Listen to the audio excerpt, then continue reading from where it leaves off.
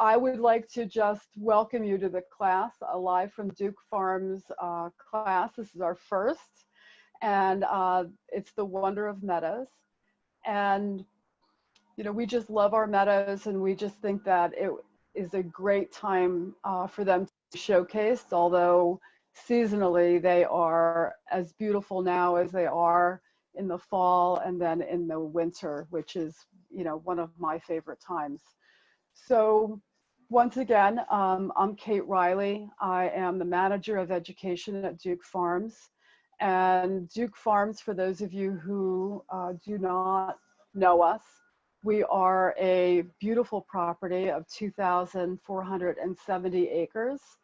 And our dedication is towards preservation and towards conservation, towards environmental research, and then also, of course, towards education.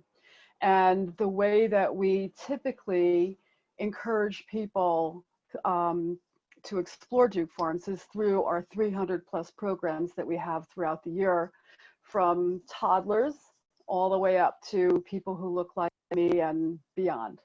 So we've pivoted, of course, and we have enormous resources available to you. Hopefully you've kind of pecked around our website. But we started a distance learning portal, and on that distance learning portal, there are, I don't know, it may be 100 resources right now. We've kind of lost count. But those resources are in the form of documents, and in those documents, you'll see titles that capture flowers, that talk about birds, that talk about our history of Duke Farms and how it has indeed evolved into this natural resource and a place to really celebrate nature. So we hope that you check those out. We have kind of chunked them into themes now. And if you've looked at July, July was all about fireflies because, you know, it's that season. But we had also guests coming in to do programs, and those videos are stored and are available as well. So in August, we highlight our beautiful meadows, and it is Monarch and Meadow Month at Duke Farms. And there will be also programs this month about our monarchs and about our butterflies. And if you look at our distance learning portal, there's quite a few resources about that. Those resources, by the way, are for families. They are for formal educators, non-formal educators. They are for children, adults. And in them, it's not just that we have information, we also have activities. So we have links that you can look for more information. We have suggested books for children. We have lots of different resources because we are able to collect these resources. We have wonderful experts here at Duke Farms. And then also, we just want ideas. So if there are other resources that you have that you would like to share with us, you could certainly send them our way. We have a wonderful group of volunteers and docents, and they're very helpful in providing us, you know, hey, here's an idea on what to do. So this live from Duke Farms idea actually came from one of our volunteers and said, you know, we miss seeing the property. A lot of us can't, a lot of people can't get there right now for various reasons. So why don't you do a live from Duke Farms program? So here we are, and on, you know, a really stormy day, and we're going to see how it goes. But the first part of the program is just going to be a little bit of information about meadows, and then also we'll be leading into some of the resources that you will be receiving after the program. So we have all of your email addresses, and really the intent here is we would love for you to come to Duke Farms and explore our 18 miles of trails. And along those 18 miles of trails, there are 600 acres of, and so, you know, a lot of people come to Duke Farms and they ask for, you know, where is the Great Falls and where is the Orchid Range, for example. But, you know, along the way, you're walking through these glorious and alongside these glorious meadows. So the intent is for you to maybe take a pause, take a look at all of that green and understand and recognize that it is a biodiverse area and that there's lots to see. There's lots of time to just really observe closely and understand that it is just a glory of all of the different sorts of organisms that live in our meadows. So with that, you'll see a PowerPoint hopefully in front of you. You can also, you're all muted, so you can ask questions throughout the program in the Q&A or the chat, and I can collect those questions. Also, you know, if we don't have time to go through them, or if, you know, something happens like lightning storm or whatever, you can definitely always email me. So email Riley at Duke Farms, and I'd love to hear from you. So with that, let's explore some information about, a little foundational information about meadows. So, you know, first of all, what is a meadow? You know, how do we say that that's a meadow and that's not a meadow? So of course, when you're dealing with meadows, you're talking about wide open spaces, land that is open. And these herbaceous plants are mostly grasses and beautiful flowers, but you don't have the woody vegetation. And by woody vegetation, we're talking about typically, and you know, little plants that grow into big plants. They have woody stems, they have bark, they're you know, different than the herbaceous plants. And Vaughn is going to be showing you that later on. They're also biodiverse. So when we're talking about biodiversity, we're talking about a great assortment of organisms. And those organisms could be mammals, they could be reptiles, they could be birds, insects, microorganisms. So they have a lot of different things, different things happening at once. So it's not all of the same in what you see. Meadows occur really all over the United States. And so, you know, I think I spent, I don't know how many hours when I started researching this. And, you know, I said, okay, let me pull up some slides about meadows around the United States. And then I got into that rabbit hole of, oh my gosh, look at this one. Oh my gosh, look at that one. So really, as I was collecting these slides, I was really wanted to get into my car and just head out there. Because, I mean, how is this not the most beautiful thing that you've ever seen? And this is in California at one of the state parks. You see this one in Montana, you know, and that's a place that I've never been. I've not gotten out to Montana, but this makes me, as I said, this makes me want to fuel up and get in my car. Here's one in Tennessee, and you know, we talk about the Great Smoky Mountains, and you know, when I've been hiking there and camping there and so forth, it's all about the mountains. And now that I've learned a little bit more about meadows, I think on my next visit, I'll be exploring the meadows as much as I am exploring the mountains, because there are beautiful meadows in this national park also. One of my places to go, and I have not gotten there, maybe you have, but this North Cascade National Park is, once again, look at those mountains, but then look at the meadows in the forefront. So, you know, you can see the diversity there. And I would just love to, you know, I would love to get there and be able to tool around there. Texas and the big, great open areas. You can see the tree line there, but in front of that, I see, you know, it may even be miles and miles and miles of meadow at this Clymer Meadow Reserve. And then in Kentucky, you know, so this meadow seems, you know, it looks like a meadow, but I can't even imagine how many living organisms in the flora and fauna here in this meadow in Kentucky. So, you know, these were some meadows that I captured from national parks and from, you know, big open spaces. But you don't necessarily need a big open space to encourage wildlife and to encourage our pollinators, who of course are in trouble. We just had a program last night about you know, how our pollinators in many areas, are probably in all areas, right, are struggling. And the assortment of different types of pollinators. It's not just the bees, it's not just, you know, certain types of bees, it's all sorts of different pollinators that these plants, these natural plants support. So, you know, how do we support them? You can do it at home. And this is a property that is in Bar Harbor area, Maine. It's on Sawyer Island. And, you know, you can see that there is a grassy area close to the house that's kind of, you know, the lawnmower has been to it.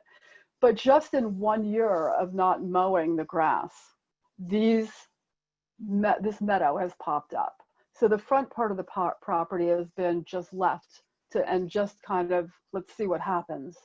And in just one season, you can see that there's Queen Anne's lace, that there's, you know, some milkweed there. And on every single milkweed plant, there were monarch caterpillars. So it doesn't take a long time. It doesn't take a lot of effort to try to support our pollinators through even small size meadows with native plants. And of course, with native plants, when you're planting them, they do not require the same water usage. So you're really preserving water. You're also not having to really tend to them in the same way. And, you know, right here in my city house, I have a tiny little backyard. 2 years ago, I pulled up all the grass. Now, I'm telling you, that was not pretty. That was really not a pretty thing to see, because I was just yanking it out. So I yanked out all of my grass. I went to some of our area nurseries, certified organic nurseries. I planted wildflowers, and my backyard in just that first year, and now the second year, is a habitat. You know, and every time I go outside on my little patio in my little tiny yard, there is all sorts of things happening, you know, between bees and other pollinators and birds. So it gave me great joy. In this property here in Maine, we also, and this is, you know, this is our property up in Maine, we also cut through these little pathways. And what we're finding is that people take their morning coffee and they walk through this little meadow, and no, it's not that diverse, and no, it's not that spectacular, not like the ones that I saw before you, that, you know, I showed you before, but, you know, it's still this tiny little meadow. And I think when you see all of the organisms that are prospering in that area, it's very encouraging to do so. So that's why we're meadow fans, between, you know, what we do at home, and then also, you know, the glorious meadows at Duke Farms. And so that's why, you know, this program came about, because we are just joyful about our meadows. So we talked about resources, and in our program, we explained that you would be getting some resources for your own investigations. And of course, these investigations can happen close by your homes, or, you know, come to Duke Farms. We're open, right? So we have a Monday through Friday opening, and, you know, maybe not in a lightning storm like right now, but, you know, under great conditions, there's lots of things to explore. So what we've decided to do is, after the program, you'll be getting these resources. So one of the resources that you'll be getting is a map of Duke Farms, and you can see it there on your screen. And, you know, we've highlighted just some points. So you see the numbers there. Those numbers correspond to certain aspects of the meadows that you can explore, some of the highlights. And of course, there's a million things to explore, but these will maybe guide some of your explorations, and also prompt some of your discussions with your family or friends that are exploring with you. And so we also included some guiding questions and some dialogue and things for you to consider. And one of the big aspects of this is that you don't have to know everything. you know, we don't know everything. So there's always something that is unknown. There's always a question that you might have. And especially with learners of all ages, the sense of curiosity and the sense of, oh, you know, I think I saw this, I'm not really sure, what is it? That's part of the fun. And that's why we as outdoor educators, you know, come to work every day just with this excitement, because there's always something new. There's always something that we're trying to investigate. So, you know, we're part of that team also.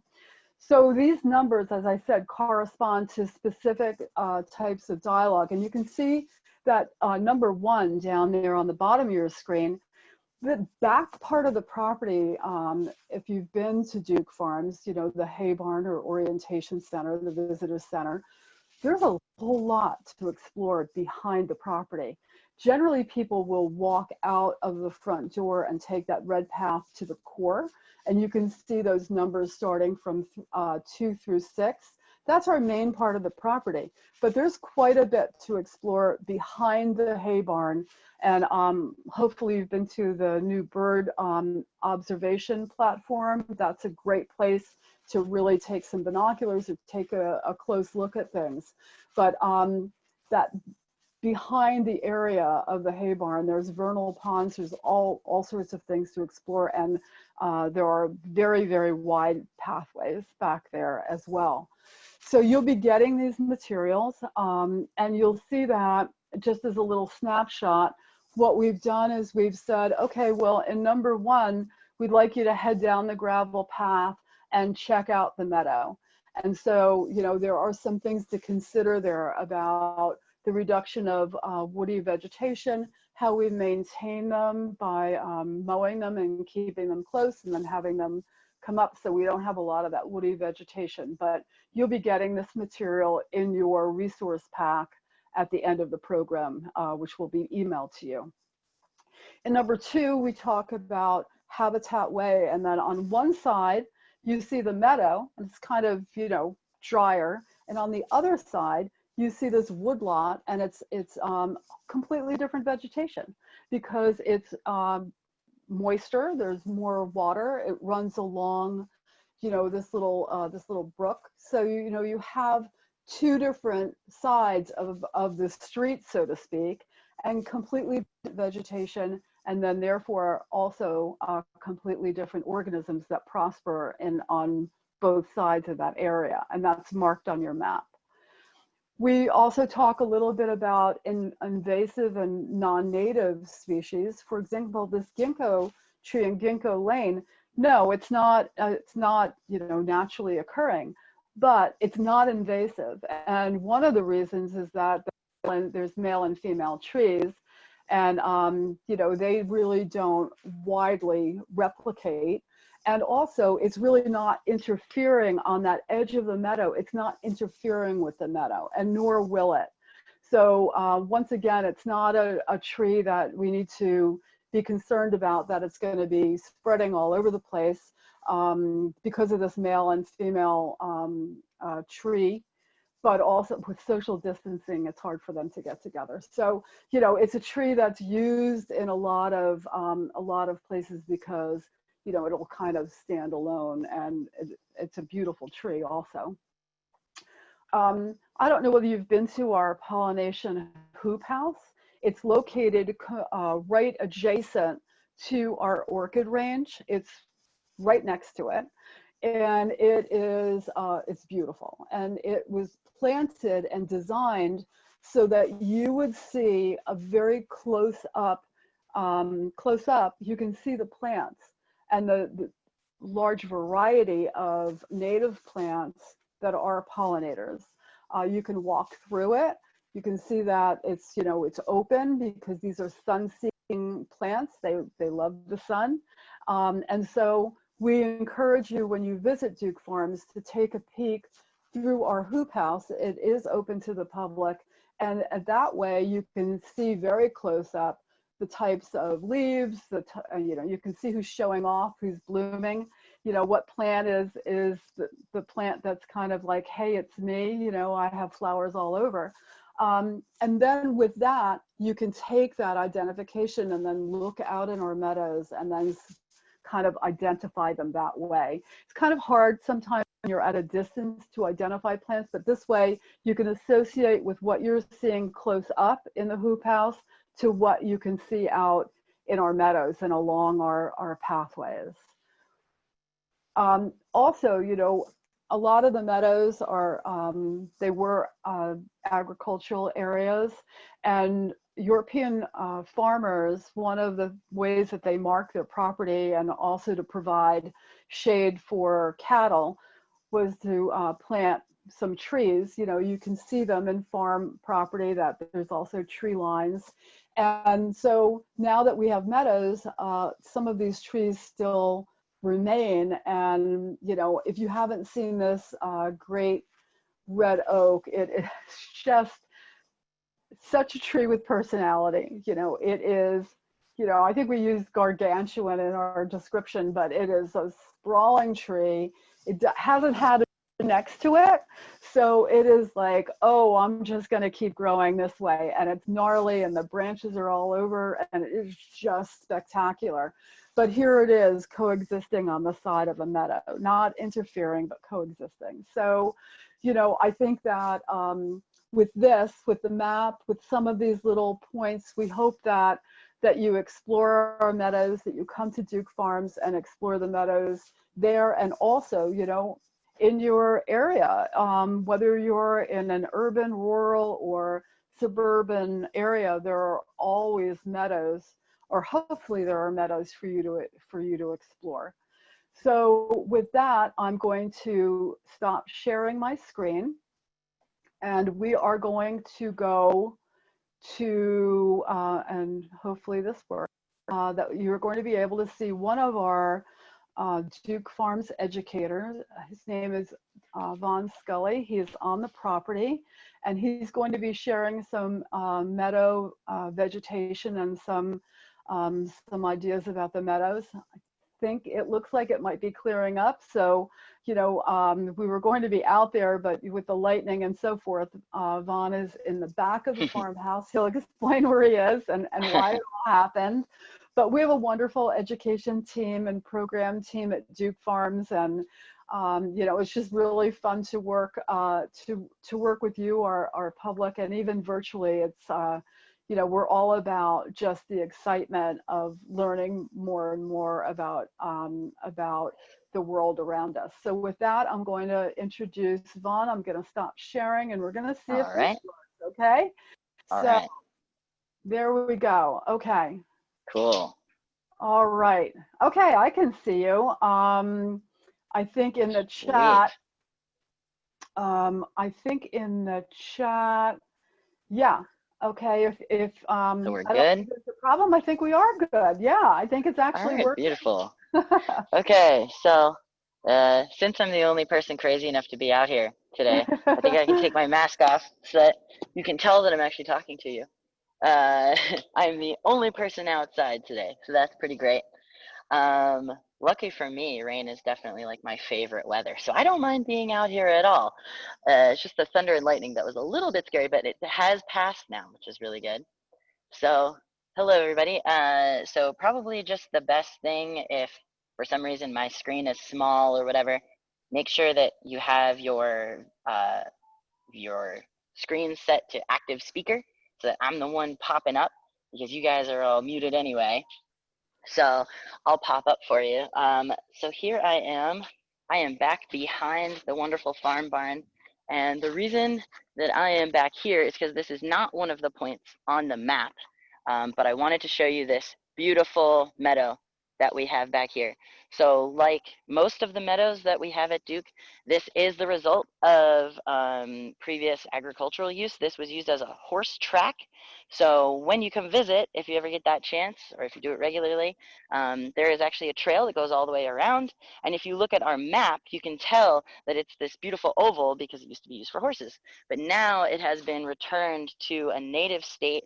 And as Kate mentioned, in meadows, what you're looking for are grasses and flowers and not a lot of woody plants. You don't want trees or shrubs. So in our meadow management, what we do is either controlled burning or mowing to take down those woody plants every year and give those delicate grasses and flowers a chance to come up. And a lot of hard work goes into getting these going to begin with, but then once they're up, the wonderful thing about using native plants, especially like at home if you wanted to try and do this, is that once you do the initial work, it's super low maintenance because these trees are, or these trees, I can talk. These plants are built to be here. They're built to live in this ecosystem, the amount of rain we get, the type of weather that we get, so they're very low maintenance. So what I wanted to do was show you this particular meadow because it's not on the map. And when I thought that I wasn't going to be able to actually walk out into the meadow with you guys, I actually did grab a couple of plants to have under my shelter of the cafe tent here. So I'm still going to use those because I cut them and I don't want them to go to waste. So let me give you guys a little bit of a tour of some of the plants that we have in this meadow. And when I say we have in the meadow, I mean I collected these just from the edge right here, not very far away from the building at all. Everything I found in this very small area. So it may not look like there's a lot of color going on, but if you were actually here and if you actually take the time to sit in any of these meadows, you will see that there is a tremendous amount of diversity. It may look all green, but I trust you. Trust me, it's not. There's a lot going on here. So let me show you a couple of things that I've found. I'm taking you on a trip here. Isn't technology amazing? I can carry you around. All right, so this is just some of the beauty that you could have at home if you decided to plant some native flowers. And each of these plays a really interesting role in our local ecosystem. So let's start with this guy, because this one's actually kind of past its flowering prime, but this is called a Tesol. Tesol is so gorgeous. Even when it's blooming, it's this really interesting purple flower, and the flowers actually come out of each of these little spaces. So these bristles here are actually quite soft, but the spikes on the stem are pretty tough, so I'm holding it very gently.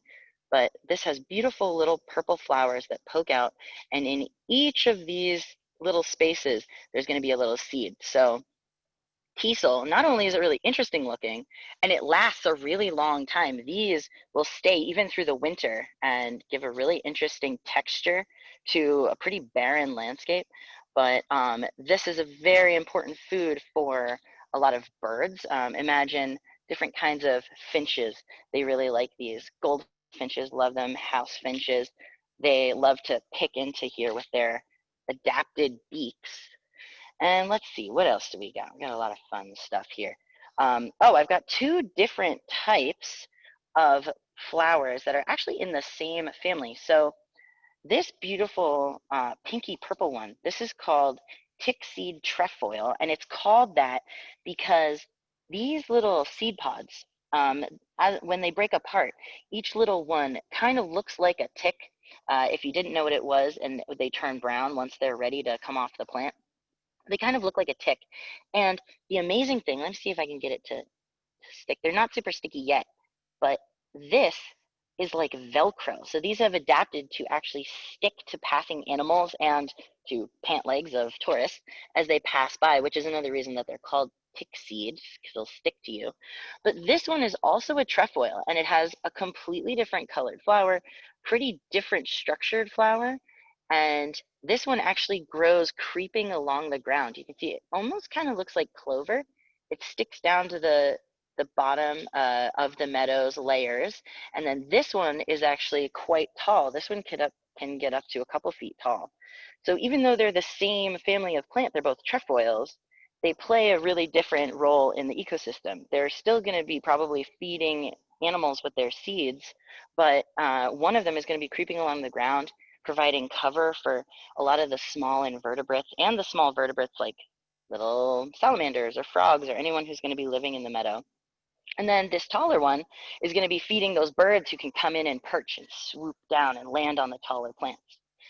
Then, speaking of homes for animals and protection for animals. This is one of my favorites.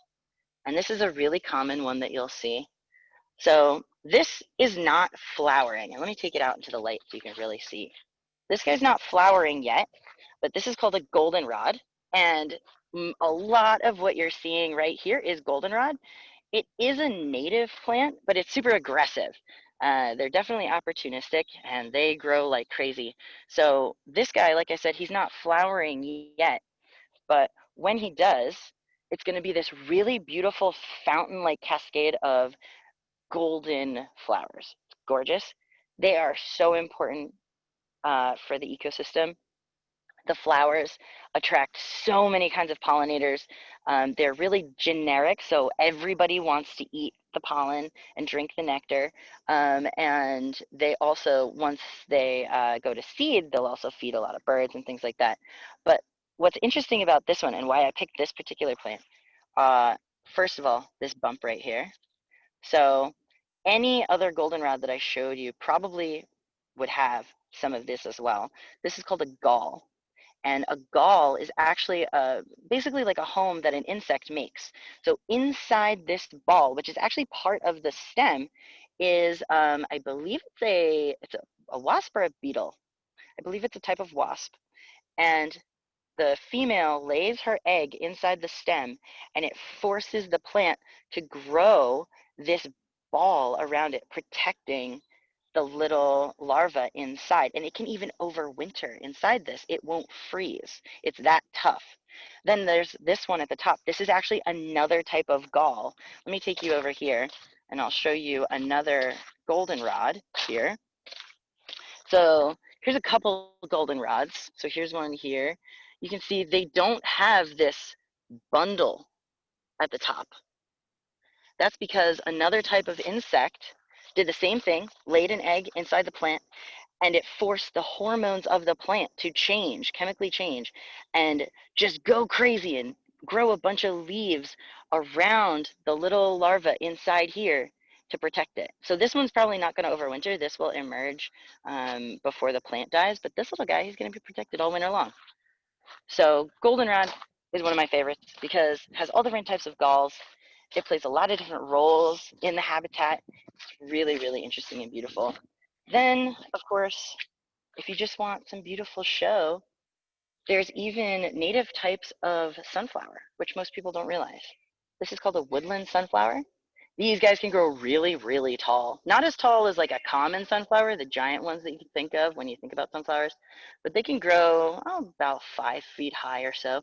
And they're really gorgeous and super prolific, so you can get a lot of them growing at once. So you can just see there's so many beautiful colors. We've got purple chicory, we've got white daisy fleabane, the purples of the trefoil, the yellow of the trefoil. Then you can even get things like mountain mint. So I wanted to get a couple of plants that are flowering now, and then a couple of things that'll flower later, like the goldenrod. And the mountain mint is another one like that. This is actually mint. If you pluck this off and smelled it, eat it, it tastes and smells exactly like any kind of mint you could think of. And it has beautiful white flowers in these big clusters once it does flower. So that's the other benefit of native plants, is that this meadow back here is beautiful all year round, even in the fall, even when things have started to die back and it's starting to turn brown. It's all different shades of brown. Every season it's varied, and it has this beautiful amount of diversity in it, no matter what time of year it is. So that's another reason that meadows, to me especially, are super fascinating. Did want to show you, before we sign off, a couple of interesting invasive species, actually. So this guy is called a mugwort. It gets confused for ragweed a lot of the time, but it is not. It is an invasive species. This is from Asia. It is super, super aggressive. And a problem that occurs with a lot of, especially new meadows, when we're starting to restore like lawns back into meadows, is you get a lot of invasives, because that's what they do. They're opportunistic. They volunteer really quickly, and they'll start to take over. That's why the beginning can be a little bit of work. Luckily for us, I actually had a hard time finding this because we have managed to encourage our natives enough that they've managed to overpower these super aggressive invasives. Then there are other invasives that are actually kind of beneficial. So Queen Anne's lace is one of my favorite flowers. Unfortunately, it's invasive. But these guys are really useful. Even though they're invasive, they are useful for a lot of pollinators and black swallowtail butterflies because they are in the same family as carrots and parsley and fennel, and they're normal native host plants. We do actually see swallowtail butterflies laying their eggs on these guys. So even though these guys are invasive, it's okay to see those. You saw them in Kate's meadow at home. It was mostly wild carrot or Queen Anne's lace because, like I said, they're opportunistic, they're pretty aggressive, but they're still beneficial. So we don't mind seeing them so much. And Goldenrod, which is a native, super, super aggressive, it'll start taking over pretty quickly. So if you do decide to have some native plants at home, don't be too worried if you see Queen Anne's lace. She's pretty friendly. I like her. I welcome her in my garden. I don't know about you. But so I hope you guys learned a little bit about the different kinds of plants that you might see, especially if you come out to Duke. And I definitely encourage you to come out, explore, especially come back here, because let me tell you, if you want the road less traveled, this is definitely the place to go. Not a ton of people are coming back here, especially these days. So if you want some peace and quiet, there's paths cut into the meadow. There's a wonderful trail all around. You can kind of just come and sit and relax and literally smell the flowers. So I hope you guys enjoyed. I'm going to turn it back over to Kate, see if she's got anything to add. What do you think, Kate? Get your microphone going back. Yeah, so thank you so much, Vaughn. Those are beautiful what you gathered, and you know, it was kind of last minute, so you know, I appreciate the fact that What you do we could just scoop up an assortment. But you know, so as I said to begin with, you know, we are starting this Live from Duke Farms series, and we hope that you enjoyed it. We have another one coming up about the milkweed community, and that is up listed on classes and events. It's in Eventbrite, and we'll be talking about just milkweed and the diversity of organisms around that milkweed, and of course talking about our wonderful monarch butterflies. So just as a recap, I want to make sure that you check your email. Vaughn and I are going to be sending you those documents. Hopefully you'll be able to explore soon, and if not, you know, you'll have them for your next exploration. You can start also looking through some of the guiding questions that we put in. So, they're really not specifically about identification, but as much as, you know, how many plants that you can see of different colors or different sizes. I think that some people don't recognize that some of these plants are, you know, tall plants. So, you know, 5 feet, 6 feet high. So there's not only that assortment of height, but color. And, you know, you can tell that we're enthusiastic meadow lovers, and we hope that we've kind of hooked you into making your next exploration at Duke Farms. So with that, I'll be signing off. Look for your email. Hopefully we'll see you again for our next Live from Duke Farms pollinators. And, you know, I think we made it through the electric storm, and thanks for being part of our very first Live from Duke Farms program. Thanks so much. Email me if you have anything to say about, you know, questions or future things that we should be doing. I really thank you very much for being with us. Yay, we made it. Fun. Bye, everybody.